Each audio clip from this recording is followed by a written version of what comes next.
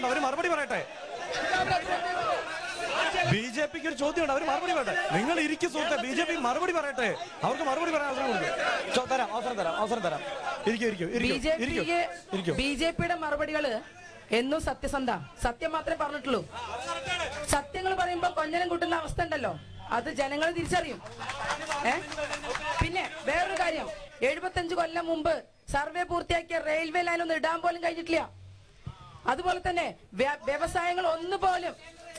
നിങ്ങൾ അടങ്ങിയിരിക്കോ? നിങ്ങൾക്ക് സംസാരിക്കാൻ.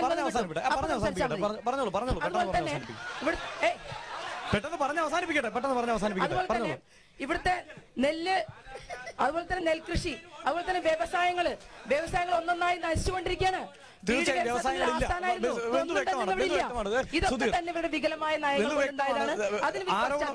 തീർച്ചയായും വ്യക്തമാണ്.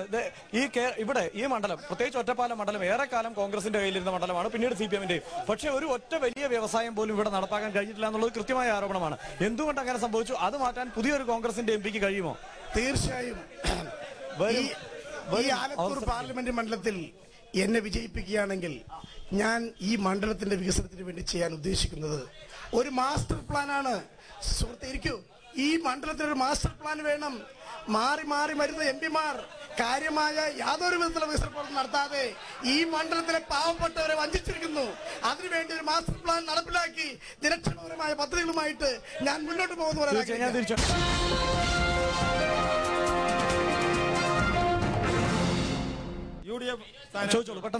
ഈ ഇന്ത്യ രാജ്യത്ത് 28 സംസ്ഥാനങ്ങളിൽ കർഷക തൊഴിലാളി 40 കോടിയിലധികം വരുന്ന കർഷകരും കർഷക തൊഴിലാളികളുമായ ജനവിഭാഗമാണ് ഇന്ത്യ രാജ്യത്ത്. ആലത്തൂരും ഭൂരിപക്ഷം കർഷക തൊഴിലാളികളാണെന്ന് സുഹൃത്ത് സമ്മതിച്ച കാര്യമാണ്. ഇന്ത്യ രാജ്യത്ത് ഏതെങ്കിലും ഒരു സംസ്ഥാനത്തിൽ 10 രൂപ കർഷക തൊഴിലാളികൾക്ക് പെൻഷൻ കൊടുത്ത ചരിത്രം കോൺഗ്രസിനുണ്ട്. എന്നാൽ ചെത്ത് തൊഴിലാളികൾക്ക് 500 രൂപ പെൻഷനും കർഷക തൊഴിലാളികൾക്ക് മിനിമം പെൻഷൻ 250 രൂപ കേരള സംസ്ഥാനത്ത് മാത്രമാണ് ഇന്ത്യ രാജ്യത്ത് നടപ്പിലാക്കാൻ കഴിയുന്നത്. എന്റെ സുഹൃത്ത്, ഞാൻ നേരത്തെ തന്നെ പറഞ്ഞിരുന്നതാണ്, ഈ ദേശീയ ഗ്രാമീണ തൊഴിലുറപ്പ് പദ്ധതി എന്ന് പറയുന്നത് ഇവിടുത്തെ പാവപ്പെട്ടവർക്ക് വേണ്ടിയാണ്, ആരും പട്ടിണി കിടക്കാതിരിക്കാൻ വേണ്ടിയാണ്. അറിയില്ലേ, 70,000 കോടി രൂപയോളം കാർഷിക തെളിയുന്നത് ഇവിടുത്തെ പാവപ്പെട്ടവർക്ക് വേണ്ടിയാണ്. നിങ്ങൾ ഈ 10 രൂപയുടെ പെൻഷൻ മാത്രം എന്തിനാണ്? ദേശീയ ഗ്രാമീണ തൊഴിലുറപ്പ് പദ്ധതിയും അതുപോലെ തന്നെ കാർഷിക കട വഴിത്തള്ളി എന്നൊക്കെ പറഞ്ഞല്ലോ. 45 കൊല്ലക്കാലം ഇന്ത്യ രാജ്യത്ത് 2 ഭൂരിപക്ഷത്തോടു കൂടിയും 4 ഭൂരിപക്ഷത്തോടു കൂടി നിങ്ങൾ ഭരിച്ചല്ലോ. എന്തുകൊണ്ട് അന്ന് നടപ്പിലാക്കിയില്ല? ഇടതുപക്ഷ പ്രസ്ഥാനങ്ങളുടെ പിന്തുണയോടുകൂടി നിങ്ങൾ നടപ്പിലാക്കിയത്. തീർച്ചയായും നമ്മുടെ 14ാം പാർലമെന്റിലേക്ക് നടന്ന പ്രകടന പത്രികയിൽ ഉറപ്പ് കൊടുത്ത പദ്ധതികളാണെന്നെല്ലാം. അതാണ് നടപ്പിലാക്കിയിരിക്കുന്നത്. UP ഗവൺമെന്റ് നടപ്പിലാക്കിയിരിക്കുന്നത് അതാണ്. യുപിഎക്ക് നേതൃത്വം നൽകുന്ന രാഷ്ട്രീയ പാർട്ടിയാണ് കോൺഗ്രസ്. യുപിഎക്ക് നേതൃത്വം നൽകുന്ന രാഷ്ട്രീയ പാർട്ടിയാണല്ലോ കോൺഗ്രസ്. ഇപ്പൊ ആ UPAയിൽ എത്ര ഘടകകക്ഷികളുണ്ട്?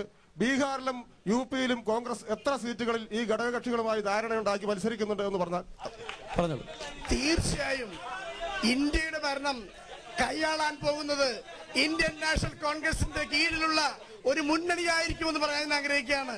ഈ മൂന്നാം മുന്നണി എന്ന് പറയുന്ന ഇടതുപക്ഷ പാർട്ടികളുടെ അത് വെറും ദിവാസ്വപ്നമാണ്. പല മണ്ഡലങ്ങളിലും നേരത്തെ വളരെ സജീവമായി ഐക്യമുണ്ടായിരുന്ന പല മുന്നണികളും സംസ്ഥാന തലത്തിൽ തകർന്നിരിക്കുന്നു. അതിന്റെ കാരണം എന്താണ്? കോൺഗ്രസിന് സജീവമായി വിശ്വാസത്തോടെ അവരെ കൂടെ നിർത്താൻ കഴിയുന്നില്ല എന്നതാണോ? ഇന്ത്യൻ നാഷണൽ കോൺഗ്രസിന് ഒറ്റയ്ക്ക് മത്സരിക്കാനുള്ള ശേഷി ഉണ്ട് എന്ന് ഉറപ്പുവരുത്താൻ വേണ്ടിയുള്ളതായിരുന്നു. ചോദിച്ചോളൂ പെട്ടെന്ന്. അടുത്ത അവസരം തീർച്ചയായും താങ്കൾക്ക്. എനിക്ക് ചോദിക്കാനുള്ളത് UDF സ്ഥാനാർത്ഥിയോടാണ്. നിങ്ങളിപ്പോ പ്രകടന പത്രിക വല്ലാണ്ട് പുകഴ്ത്തി പറഞ്ഞല്ലോ. 13ാം ലോക്സഭാ തെരഞ്ഞെടുപ്പിൽ നിങ്ങളുടെ പ്രകടന പത്രികയിലെ പ്രധാനപ്പെട്ട വാഗ്ദാനം എന്നുള്ളത് സ്ത്രീകളുടെ 33% സംവരണമായിരുന്നു.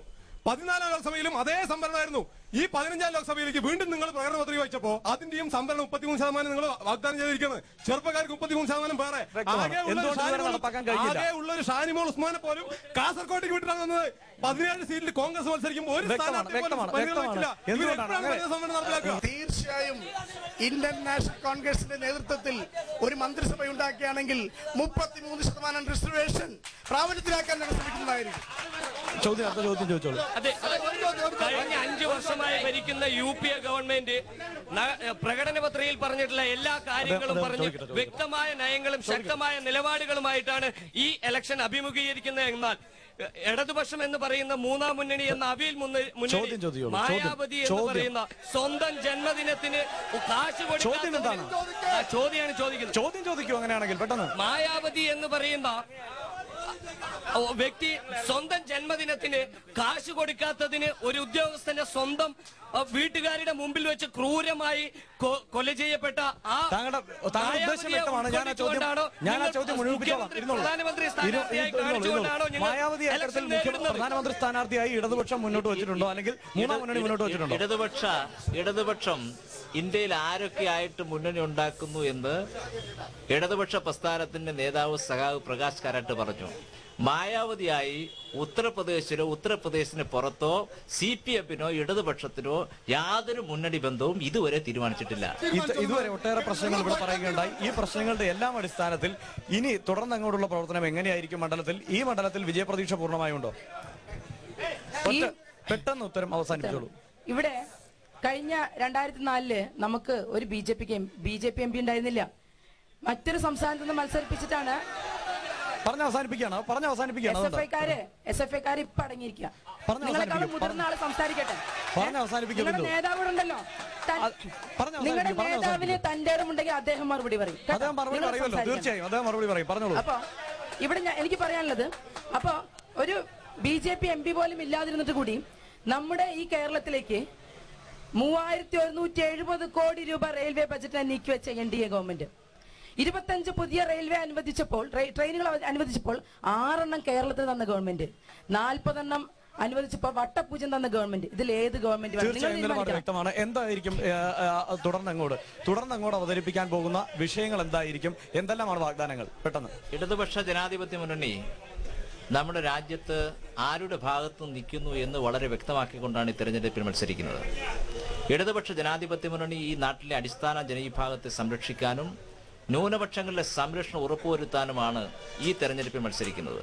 ആലത്തൂർ നിയോജക മണ്ഡലത്തെ സംബന്ധിച്ചിടത്തോളം ഈ പ്രദേശത്തെ കർഷകരുടെ ക്ഷേമത്തിന്, അവരുടെ കാർഷിക മേഖലയെ ശക്തിപ്പെടുത്താൻ അതിൽ ഊന്നൽ കൊടുത്തുകൊണ്ടുള്ള ഒരു വികസന പരിപാടിയായിരിക്കും ഞങ്ങൾ തയ്യാറാക്കാൻ പോകുന്നത്. തീർച്ചയായും എന്താണ് കോൺഗ്രസ് അല്ലെങ്കിൽ താങ്കൾ ഈ മണ്ഡലത്തിന് നൽകാൻ പോകുന്നത്? ആലത്തൂർ പാർലമെന്റ് മണ്ഡലത്തിൽ നിന്ന് എന്നെ തിരഞ്ഞെടുത്താൽ ഇവിടുത്തെ ഒരു പ്രധാന വിഷയം കുടിവെള്ള ക്ഷാമമാണ്. കുടിവെള്ള ക്ഷാമം എന്ന് പറയുന്നത് വളരെയധികം രൂക്ഷമായ ഒരു പ്രദേശമാണ് ഈ ചിറ്റൂർ, വടക്കാഞ്ചേരി. കുടിവെള്ള ക്ഷാമം പരിഹരിക്കുക. കുടിവെള്ള ക്ഷാമം പരിഹരിക്കുക, ദാരിദ്ര്യ നിർമ്മാർജ്ജനം, അടിസ്ഥാന സൗകര്യം, ഈ പാവപ്പെട്ടവരുടെ അടിസ്ഥാന സൗകര്യം വർദ്ധിപ്പിക്കൽ ഒരു മാസ്റ്റർ പ്ലാൻ ഉണ്ടാക്കിയതിനു ശേഷമായിരിക്കും നമ്മൾ ഇതിന് ഭരണം പ്രഖ്യാപിക്കാൻ പോകുന്നത്. തീർച്ചയായും. എന്തായാലും 3 സ്ഥാനാർത്ഥികളും നിലപാടെല്ലാം വ്യക്തമായി കഴിഞ്ഞു. ഒട്ടേറെ വികസന പ്രശ്നങ്ങളും ഒടുവിലാണെങ്കിൽ കൂടി ചർച്ചയ്ക്ക് വന്നു. ഇതിന്റെ എല്ലാം ഫലം ഏറെ വൈകാതെ തന്നെ നമുക്കറിയാം. ഏത് യുവാവോ യുവതിയോ ആരെങ്കിലും ആയിക്കോട്ടെ, ഇവരിൽ ആരാണ് വിജയിച്ചു വരിക എന്നതറിയാൻ നമുക്ക് കാത്തിരിക്കാം. നന്ദി, നമസ്കാരം.